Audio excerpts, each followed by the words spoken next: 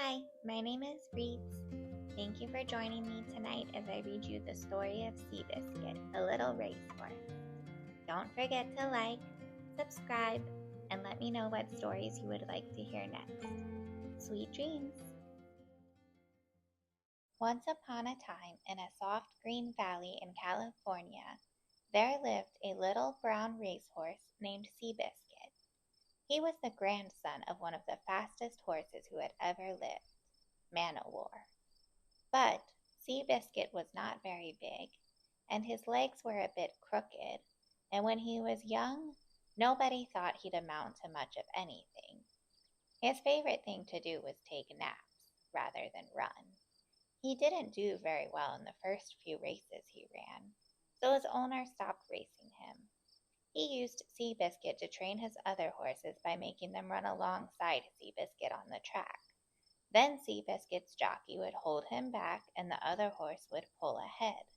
This taught the other horses how to win in a race, and it meant that Seabiscuit always had to let the other horse get ahead of him. Seabiscuit didn't really like that, but no one asked Seabiscuit what he thought. One day, a horse trainer named Tom, a tough jockey named Red, and a businessman, Charles, decided they wanted to team up. Tom had a reputation of being a little crazy, but he had never met a horse he couldn't fix. Red was a talented jockey, but he could only see out of one eye. He kept that part a secret. Charles had tragically lost his son and been through a divorce. He was trying to find something to distract himself. The only thing missing from this team was the horse. That summer at the racetrack, Tom saw a groom exercising Seabiscuit, and he had an intuition that that was their horse. It was hard to convince Charles and Red that this was their horse, because by this point Seabiscuit had a very bad attitude. He was a feisty little horse when he wanted to be, and on top of that he did not look very impressive. Later that evening, when Seabiscuit was running on the track, something startled him, and he broke loose. Tom had the presence of mind to time him on this little breakaway. He took a look at the numbers on his watch, and he showed Charles, and that was all the convincing Charles needed. So Seabiscuit went home with Red, Charles, and Tom. His new bed was a barn with soft hay, warm blankets, a big oak tree, and lots of grass outside. Seabiscuit was still a bit on edge, so Tom brought him some new friends, like a dog and a spider monkey. Turns out Seabiscuit didn't like to be alone, and he was a very social horse. The whole team trained together through golden afternoons, galloping along fence lines while the sun dipped low and turned the grass to amber. Seabiscuit and Red learned to speak each other's language. Seabiscuit was used to being way more stubborn than anyone who rode him.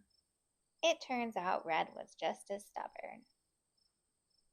Finally, after lots of training, Seabiscuit was ready to run in his first race. He lost his first race by a long shot. The whole group of horses ran way, way ahead of him. He also lost his second race and his third race. His fourth race had a promising start, and he lost. He ran race number 5 and lost. He lost race number 6 and race number 16 and all the races in between. Bystanders and other jockeys started to make fun of Seabiscuit, Tom, Red, and Charles. They didn't care. Tom and Red continued to study Seabiscuit's quirks, and Seabiscuit was in excellent shape from running all of these races. Race number 17 began just like every other race, and then it ended like every other race. The next race was number 18. Red's good friend George was riding another horse, Spartacus, in this race. Red held Seabiscuit back so he could give George some friendly insults. While George and Red were having their moment of banter, Seabiscuit got a second to look Spartacus in the eye. The second Seabiscuit looked the other horse in the eye, he decided it was time to win. So Seabiscuit stretched his legs and started to really run. Everyone thought Seabiscuit had been running, but turns out he had just been going around the track. This time, Seabiscuit was the first horse to reach the finish line, and the crowd realized that they had witnessed something special. After that, Seabiscuit started winning races way more often. Word began to spread about the short horse with a really big heart. Pretty soon, Seabiscuit had fans all over the West Coast. They would stand in line for his autograph. Seabiscuit's autograph was his footprint, and send him gifts. After one race, Red joked that Seabiscuit's secret to success was drinking a beer before the race. The next day, Budweiser sent Seabiscuit a whole shipment of beer. The year was 1937. Seabiscuit was winning races, but there was another horse on the East Coast who had just won the Triple Crown. That was the most prestigious feat a horse can accomplish. However, Charles didn't like to be second best, and he knew for sure that Seabiscuit was not second best. So he challenged War Admiral to a race. At first, War Admiral's owner refused. With a lot of pestering and public pressure, the race was scheduled at Belmont in 1938. No one really thought Seabiscuit could win. Horse racing was much more established on the East Coast, and War Admiral was the epitome of what a champion horse looked like. On top of that, War Admiral had home turf advantage. Shortly before the race, Red was riding another horse. The horse got spooked and Red was thrown off. His leg was broken. The doctors told him he would never ride again. Red called his friend George to step in. So now, not only was Seabiscuit the underdog in this race, but he had to adjust to a new rider. Race day came around. Tom had been spending a lot of time with Seabiscuit to make sure that he stayed in high spirits. Red spent his time educating George on all of Seabiscuit's odd habits and quirks.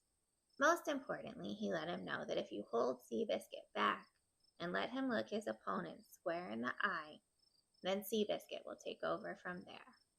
The tickets were sold out. People came from all over the country to see the two fastest horses in America go head to head. The race was also broadcast on the radio. In fact, President FDR himself famously took a break from his duties to tune in. The race started and Seabiscuit took the lead. Charles was in the stands and barely dared to breathe. The crowd was going wild. War Admiral started to gain speed. It wasn't long before he was right next to Seabiscuit. Seabiscuit's stride lengthened, and so did War Admiral's. Charles felt like they had been neck and neck for eternity. George could feel that Seabiscuit was pushing and ready to surge ahead, but he had listened to Red's advice. He knew that if he pulled ahead now, War Admiral could easily come back from behind and reach the finish line first. So he pulled Seabiscuit back. Seabiscuit looked War Admiral in the eye. They ran side by side for a few more seconds. George eased the pressure and whispered in Seabiscuit's ear, and Seabiscuit took off. They rounded the corner, the crowd cheered, and Seabiscuit crossed the finish line. He was the fastest horse in America. Red had been listening to the radio broadcast from his hospital bed. He was sad that he hadn't been there for Seabiscuit's triumph, but he had known that the little horse would take the trophy. That following year, Seabiscuit also got injured during a race. Now both Red and Seabiscuit were told they would never race again. Red and Seabiscuit spent a lot of time together in the farm in their early and unplanned retirement.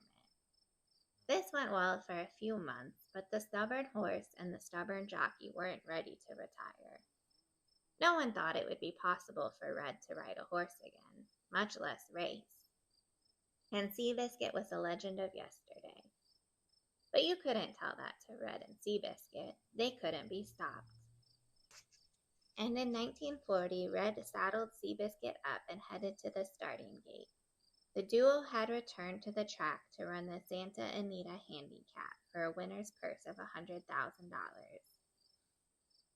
And not only did the horse and jockey run again, they won.